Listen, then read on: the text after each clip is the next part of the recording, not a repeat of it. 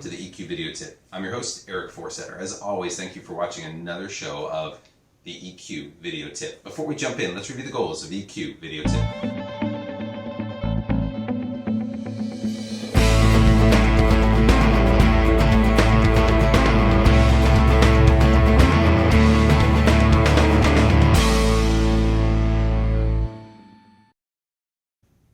Welcome back. We're in the second half of an episode for de-escalating conflict in emotional situations. And it's brought to us by Joe Navarro and Ann Ode. And one of the things that they talk about before we get into this week's tips are observation is the key to de-escalating and maintaining social harmony. So you need to observe what the other person is doing. Of course, your body language is going to convey so much of that. And empathy, of course, is crucial to making that happen. And what you say matters, but what you do matters even more. So let's jump into a few more tips.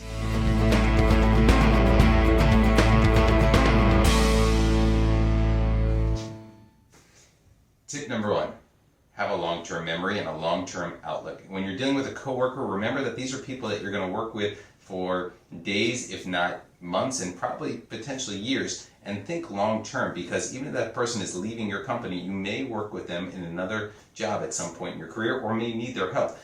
This mindset can be even more important when you're dealing with a long-term person like a loved one, a family member, or a spouse, and even friends. So take that long-term memory, especially when it's relevant at home as well, when dealing with someone.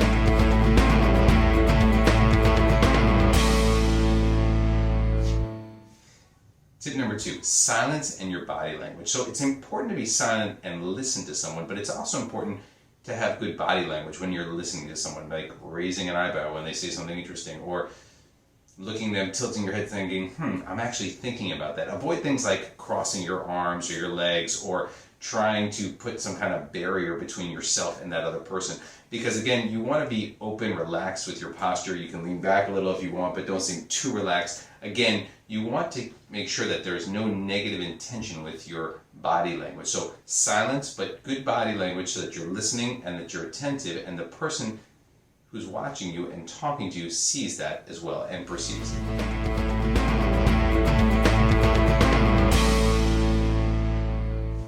Tip number three, take a break. Sometimes when you're in the heat of battle, it takes a moment for both sides to just calm down. And it's okay to say to your friend, your partner, your spouse, your coworker, hey, I think I need to step out. I need 5 minutes. I need 30 minutes. Let me think about this. Let me cool down for a minute. And it might not only be good for you, but also for that person as well. So it's okay to ask for a break in the middle of a heated argument, de-escalate it, come back, and maybe have a little more rational sense. Allow that amygdala to calm down and have the prefrontal cortex side of your brain relax, think about what's going on, and come up with a rational solution for both.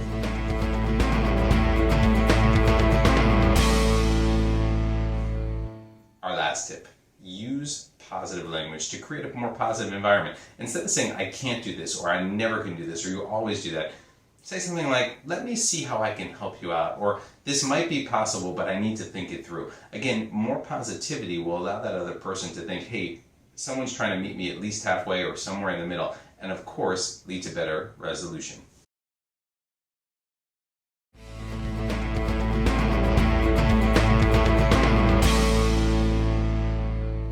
That's a wrap for this week's EQ Video Tip. Hopefully these double episodes will help you to de-escalate conflict when you find it in your environment, whether at work, home, friends, or somewhere else. Again, remember, not all these tricks are perfect, but use them to the best of your ability to avoid that conflict and hopefully find that mutual harmony that you're looking for.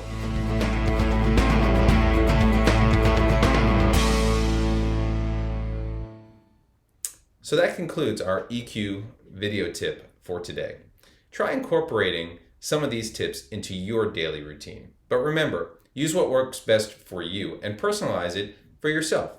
Thank you always to our great research team for providing us with some great tips today. As always on EQ Video Tip, we want to end with gratitude. So thank you for watching. We really appreciate it. Here are some resources that you can use if you want more information on EQ going forward. Thank you again, and we look forward to seeing you in the next episode. Thank you.